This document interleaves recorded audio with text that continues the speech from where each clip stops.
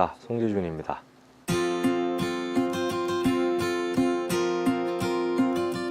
오늘 제가 소개해드릴 책은 하이에크의 노예의 길입니다. 하이에크가 노예의 길을 출간한 연도가 1944년도인데요.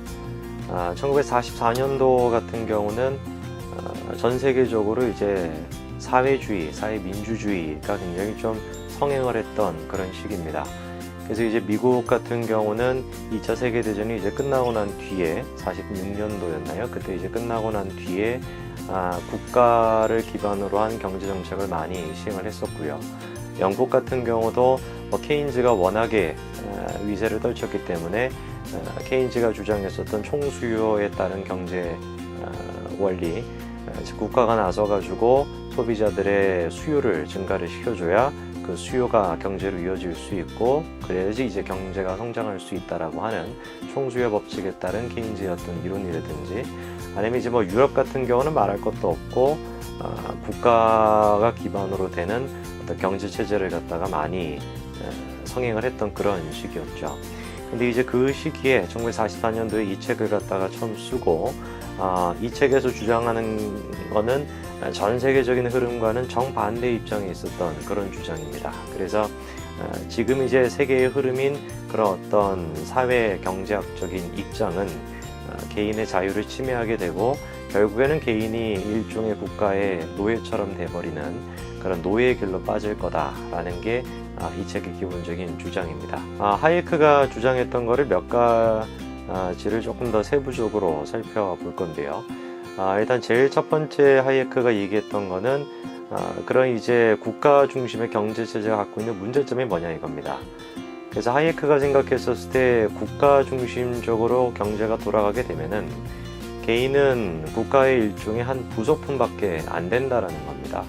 그래서 국가가 중심적으로 돼서 경제 체제가 운영되게 되면은 개인은 한 국가의 부속품밖에 안 되기 때문에 결국에는 개인의 자유가 침범되게 되고 그래서 결국에는 개인은 노예의 길로 빠지게 된다라는 게 가장 기본적인 주장이고요. 거기에 이제 이어서 시장에 대해서도 같이 우리가 얘기할 수 있는데 하이에크가 생각하는 시장 같은 경우는 경쟁 그 자체입니다. 그리고 사회주의나 어떤 그 사회민주주의가 얘기하는 시장에서의 경쟁과는 좀 다르게 하이에크가 얘기하는 그 경쟁 같은 경우는 국가의 경제를 이끌어 나가는 가장 핵심적인 요소라고 봤었고 그리고 개인의 자유가 유지가 된다라고 하면은 그 경쟁이라는 요소는 어쩔 수 없이 필연적으로 발생할 수밖에 없는 것이다. 그래서 경제의 원동력이 될 수 있는 게 경쟁이다라고 하이에크는 봤었습니다. 하이에크 같은 경우는 케인즈에 대해서도 반대 입장을 취하는데요. 아까 간단하게 말씀을 드렸습니다만 케인즈 같은 경우는 총수요 법칙에 따라서 고용을 이제 최대치로 높여주게 되면은 소비자들이 갖고 있는 구매력도 증가가 되게 되는 것이고 그리고 수요가 증가가 되는 것이니까 그 수요 증가에 따라서 공급도 결정이 되게 되고 그래서 결론적으로는 경제 전체가 다 운영이 될 수 있다라는 수요에 맞춰져 있는 그런 관점이었는데 그 수요를 높일 수 있는 방법은 개인에 두지는 않았고요. 케인즈 같은 경우는 국가가 나서서 어떤 기반을 만들어주는 역할뿐만 아니라 조금 더 적극적으로 기입을 해서 개인한테 직업을 준다라는 것부터 시작해서 개인의 수요를 늘릴 수 있는 게 국가의 역할이다라고 케인즈는 생각을 했었죠.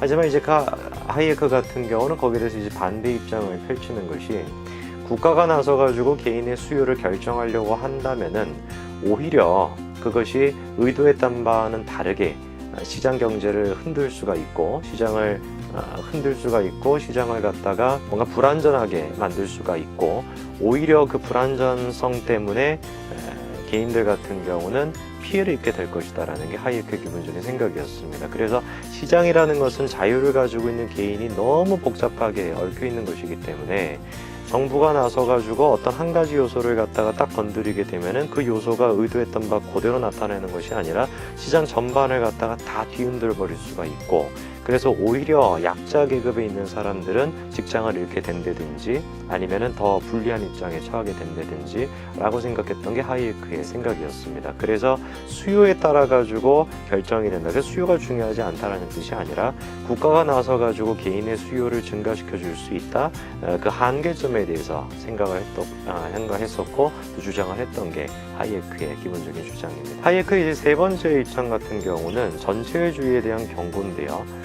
당시 이제 1940년대나 50년대 그 사이 전체주의가 굉장히 성행을 많이 했었죠.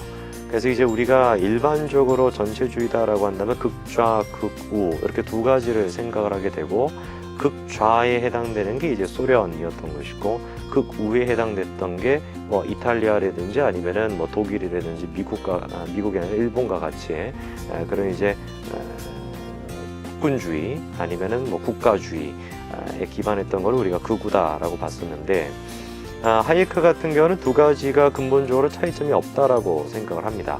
즉 극우가 됐건 극좌가 됐건 두 가지 사상을 이끌고 있는 근본적인 생각은 전체주의 사상이라는 것이고 그 전체주의 사상에 입각해서 국가의 개입에 대해서도 굉장히 조금 걱정을 합니다.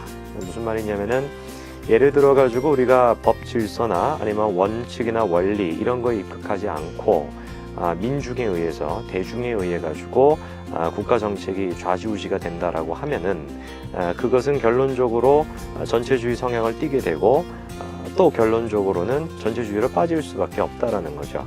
그래서 이제 법과 원칙 그 질서에 기반을 둔 자유주의 시장 정책이 아니라 법과 질서를 갖다가 무시하게 되고 어떤 그 대중에 의해서 여론이 뭔가 좋아할 만한 그런 어떤 정책에 의해서 국가가 좌지우지가 되게 되면은 그 국가도 결국에는 전체주의로 빠질 수가 있다라는 위험성에 대해서 경고를 하죠.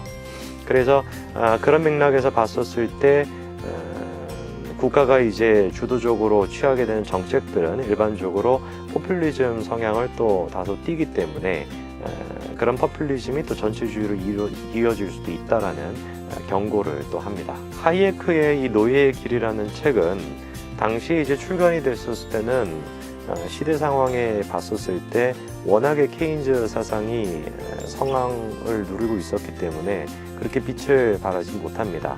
그런데 이제 우리가 잘 알고 있는 것처럼 영국도 결국에는 뭐 노동당이 그렇게 득세를 해서 복지국가로서 나아가고자 했지만 결국에는 뭐 영국병이라든지 이런 거에 빠져가지고 생산량이 완전히 미국에 비해가지고 곤두박질을 치게 되죠. 그래서 결국에는 이제 대처가 나와가지고 그 노동자들은 뭐 이렇게 정리해고하는 것부터 시작해서 그 영국병이라는 것을 뜯어고치게 되는데 그 영국병을 뜯어고치게 됐던 근본적인 사상 배경도 바로 이 하이에크에 있었던 것이고 미국 같은 경우도 이제 1970년대 지나서 같은 경우도 뭐 존슨이 얘기했던 뭐 위대한 사상 뭐 이런 것들이든지 아니면 아버지 부시 대통령의 무슨 뭐 공기 뭐 법이라든지 뭐 이런 거에 의해 가지고 국가의 영향을 또 키우려고 하는 그런 시도도 있었지만 그 70년대의 그 위대한 대통령이었던 레이건 이 펼쳤던 그 경제 사상 같은 경우도 기본적으로는 이 하이에크의 사상을 기본으로 두고 있습니다. 그래서 당시에 40년대부터 60년 사이에서는 하이에크가 빛을 발하지 못했지만 70년대에 들어서 같은 경우는 대처부터 시작해서 레이건까지 전 세계적인 어떤 흐름 자체가 케인즈의 사상에 대해 가지고 이제 의문을 갖게 되죠. 뭐 디플레이션에 의해 가지고 그런 어떤 의문을 갖게 되고 결국에는 그거에 대한 공로를 인정받아서 케인즈 사상의 한계점에 대해서 주목했다라는 그 점에 대해서 공로를 인정받아 74년이었나요? 76년도에 노벨 경제학상을 받게 됩니다. 그래서 이후로 같은 경우도 이제 시카고 학파 밀턴 프리드만 나중에 제가 또 소개를 시켜드리겠지만 그 밀턴 프리드만의 사상적 배경에도 하이에크가 굉장히 좀 영향을 많이 줬고요. 뭐 선배라고 볼 수가 있죠. 그래서 밀턴 프리드먼부터 시작해서 뭐 화폐주의까지 계속 이어지게 되는 그 큰 경제 흐름에 선봉에 있었던 경제 사상가가 바로 이 하이에크다라고 생각할 수 있습니다. 그래서 당시에 같은 경우는 전체주의나 사회주의가 팽배하고 있었던 그 사회 배경에 개인의 자유를 주장하고 국가의 영향력을 최소화시켜야 된다라는 약간 좀 이단화 같은 생각이었지만 결국에는 20년이 지나고 난 뒤에 자신의 사상이 맞았다라는 것을 입증했고, 뭐 이후로 같은 경우는 또다시 이제 경제 대공황이 오면서 뭐 여러 가지 또 복잡한 문제들이 있지만 분명히 이제 역사적으로나 시대적으로 굉장히 좀 위대한 경제 사상가라고 할 수 있습니다. 그래서 책 같은 경우도 그렇게 어렵게 쓰여 있지는 않기 때문에, 경제학자가 쓴 책이라서 그렇게 책은 어렵게 쓰여 있지 않아서 꼭 한번 사상적으로 읽어볼 만한 책이고요. 그리고 아까도 제가 간단하게 말씀드렸습니다만, 법 질서나 아니면은 이제 원리 원칙에 입각해서 국가의 영향력이나 국가의 역할은 거기에 한계가 있어야 된다라는 이 하이에크의 사상은 이후에 그 법과 원칙과 자유였나요? 책 이름이. 그게 이제 번역이 됐는지는 모르겠는데 우리나라에서 그 책에서도 굉장히 좀 자세하게 서술이 됩니다. 근데 제가 기억하기로는 우리나라에 일단 번역이 돼 있는 책은 나남 출판사로 나와 있는데요. 요 책이 뭐 유일한 책이라고 저는 알고 있는데, 만약에 또 이 책 말고도 번역된 게 있다라고 한다면 한국어로 꼭 한번 읽어보실 만한 가치가 있는 책입니다.